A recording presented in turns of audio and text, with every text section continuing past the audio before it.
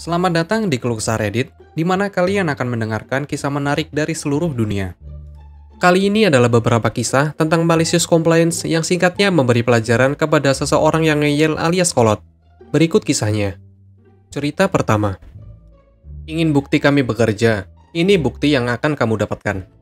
Aku bekerja di back office bank selama lebih dari 1 dekade. Menjelang akhir masa tinggalku di sana, kami terpisah dari satu departemen dan pindah ke departemen lain selama restrukturasi umum. Sementara di sana, kami dicemooh dan disebut ruwet dan tidak ramah. Ingat, karena kepatuhan, kami duduk di lingkungan yang aman, yang memungkinkan sedikit interaksi dengan non-staff unit. Sebagai hasil dari beberapa kaderisasi yang dimiliki atasan bersama kami, yang berasal dari tidak memahami tugas kami mendapat kepala unit baru yang datang dengan sikap yang sama mengatakan kami meledakkan pekerjaan kami di luar proporsi dan pendapat umum adalah kami malas. Dia ingin menerima setiap email yang kami kirim serta menerima semua prosedur operasi standar kami dan lain-lain. Masalahnya, di unit luar kami memiliki 5 subunit dan dia tidak tahu. Tidak ada yang meminta kami untuk struktur atau deskripsi pekerjaan kami. Mereka semua datang dengan praduga tentang kami. Aku ditugaskan untuk mengirimkan prosedur, manual kerja, deskripsi pekerjaan, dan kekuatan tim.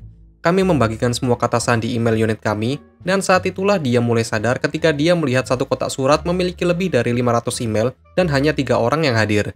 Kemudian kami mulai menyalinnya di surat kami. Dalam sehari kami mendapatkan tidak kurang dari 200 email dan mengirim lebih dari itu. Dan itu hanya satu subunit saja.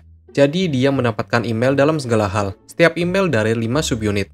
Dalam 3 hari, dia datang berlari, meminta kami untuk memasukkannya ke dalam eskalasi, dan email yang relevan saja. Rekan-rekan yang selalu nakal menutup telinga. Kami terus mengiriminya email selama sekitar 3 minggu dan bahkan memasukkannya ke dalam tanggapan otomatis. Atasan melewatkan suratnya yang penting karena emailnya akan ketumpuk dengan lebih dari 1000 email. Setelah sebulan, atasan mengirim seseorang untuk memohon agar kami berhenti, yang tidak kami lakukan. Atasan memilih untuk dicopot dari posisi kepala unit setelah itu, dan memberikan laporan kepada kepala departemen.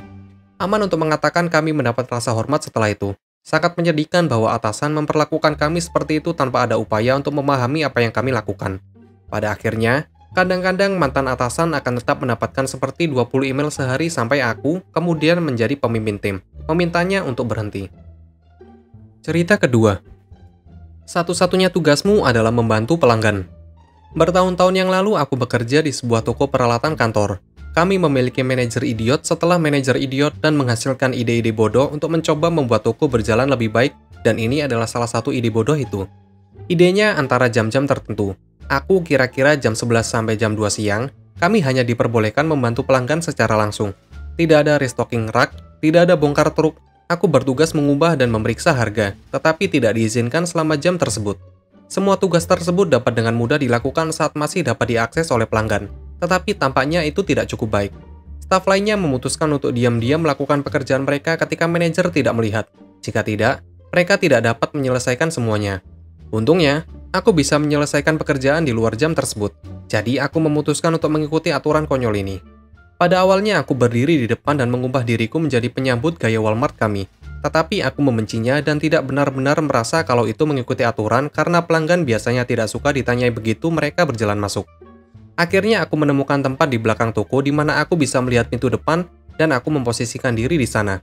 Aku sama sekali tidak melakukan apa-apa selain berdiri di sana dan menatap pintu depan. Ketika seorang pelanggan datang, aku melacak mereka dengan mataku, melihat lorong di mana mereka lewati dan bertanya apakah mereka membutuhkan bantuan. Ketika aku selesai membantu mereka, atau lebih sering setelah mereka mengatakan mereka tidak membutuhkan apa-apa, aku berjalan kembali ke tempatku di belakang toko dan terus menatap ke pintu depan. Terkadang aku berdiri di sana kurang dari 1 menit, tapi terkadang aku hanya berdiri di sana selama 15 menit atau lebih. Aku melakukan ini selama 3 jam sehari, 4 hari seminggu di sana, karena aku bahkan tidak tahu berapa minggu lamanya. Salah satu kenangan favorit saat ini adalah kontes menatap dengan manajer. Aku berada di tempatku di belakang toko dan dia berada di dekat bagian depan toko ketika dia melihat aku berdiri di sana, bahkan tidak berpura-pura bekerja. Dia menatapku di seberang toko dan aku balas menatap, berharap dia akan menghadapiku. Lagi pula, aku tidak diizinkan melakukan apapun selain membantu pelanggan dan aku tahu aku telah mendekati setiap pelanggan di toko. Sayangnya, dia tidak melakukannya dan aku kalah dalam kontes menatap setelah beberapa menit ketika seorang pelanggan datang dan aku harus mendekati mereka. Ketika aku kembali ke tempatku, dia sudah pindah. Akhirnya aku berhenti. Aku diberi peringatan terakhir untuk sikapku. Tidak ada keluhan pelanggan atau masalah dengan harga yang salah. Aku hanya kasar terhadap manajer. Jika kalian tidak tahu peringatan terakhir, berarti lain kali aku melakukan kesalahan, aku akan dipecat dan aku menyadari manajer tidak akan lebih pintar. Dan aku tidak akan belajar menggigit lidahku. Jadi memang begitu. Terbaik yang aku lanjutkan. Tentu saja mereka tidak menyadari betapa bagusnya pekerjaanku. Dan penggantiku sangat buruk. Sebagian karena mereka tidak menyuruhku melatihnya sebelum aku pergi.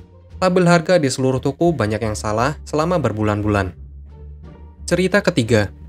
Ekstra mayo. Kembali pada tahun 2009, aku bekerja di McDonald's. Seorang anak mungkin berusia 14 tahun datang dengan beberapa teman. Dia memesan McChicken mayo ekstra. Jadi aku memasukkan pesanan dan antrean membuat sandwich dengan tambahan mayo total 1 ons. Dia mengambilnya ketika aku memanggilnya. Dia memakannya dan kembali meminta McChicken lagi. Lebih banyak mayo kali ini. Jadi, karyawan dapur membuat yang sama dan dia memakannya dengan senang hati. Setelah itu, dia dengan teman-temannya waktu bergantian kembali dan meminta hal yang sama. Tapi, kali ini dua temannya mengatakan ekstra beberapa kali. Jadi aku memasukkan tiket seperti McChicken add extra extra mayo.